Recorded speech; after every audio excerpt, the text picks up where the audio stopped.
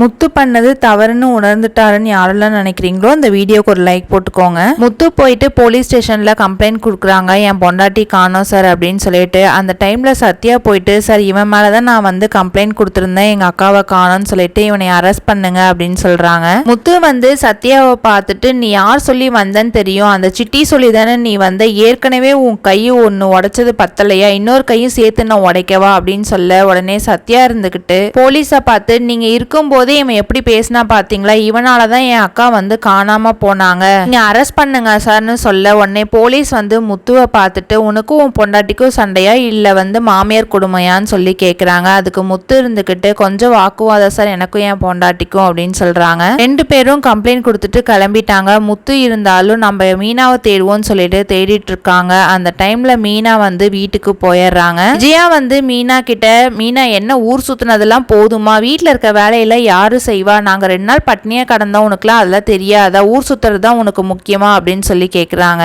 அப்போ அண்ணாமலை போயிட்டு, இரு விஜயா உனக்கு வந்து என்ன பேசுறதுன்னு தெரியாதா அப்படின்னு சொல்லி திட்டுறாங்க. மீனா கிட்ட போயிட்டு, மீனா நீ எங்க போன, ஏன் இப்படி பண்ண அப்படின்னு சொல்லி கேக்குறாங்க. ரவி போயிட்டு மீனா கிட்ட, அண்ணி நீங்க இல்லாம அண்ணா வந்து ரொம்பவே கஷ்டப்பட்டாங்க, இன்னமும் தேடிட்டு இருக்காங்க தெரியுமா அப்படின்னு சொல்ல, மீனாக்கு உடனே வந்து ரொம்பவே கஷ்டமா போயிடும். அண்ணாமலை வந்து முத்துக்கு போன் பண்ணி, மீனா வந்து வீட்டுக்கு வந்துட்டா நீ உடனே வான்னு சொல்றாங்க. முத்து வந்து வீட்டுக்கு வந்துடுறாங்க. சத்யா வந்து கம்ப்ளைண்ட் கொடுத்துட்டு சிட்டிய போய் பார்க்க போகும்போது, இந்த மாதிரி அக்கா கிடைச்சிட்டாங்கன்னு சொல்லிட்டு நியூஸ் வந்துருது. சிட்டி கிட்ட சொல்றாங்க, எங்க அக்கா வந்து கிடைச்சிட்டாங்களாமா அப்படின்ட்டு. சிட்டி வந்து மனசுக்குள்ளேயே, இவன் வந்து ஜெயில இருப்பான்னு பார்த்தா இவன் வந்து தப்பிச்சிட்டானா இந்த தடவையும் அப்படின்னு சொல்லிட்டு சத்யா கிட்ட, நீ வந்து உங்க அக்கா வீட்டுக்கு போயிட்டு என்ன ஆச்சுன்னு சொல்லி விசாரி அப்படின்றாங்க. அதுக்கு சத்யா வந்து வீட்டுல ஏற்கனவே நிறைய பிரச்சனை போயிட்டு இருக்கு, இந்த டைம்ல நான் அங்கெல்லாம் போகல, எங்க அம்மாவும் சீதாவும் ரொம்பவே பயந்துட்டு இருக்காங்க, நான் வீட்டுக்கு போய் சொல்றேன் அப்படின்னு சொல்லிட்டு கிளம்பிடுறாங்க. முத்து வீட்டுக்கு போனதும் மீனாவை பார்த்து பயங்கரமா அழுகுறாங்க.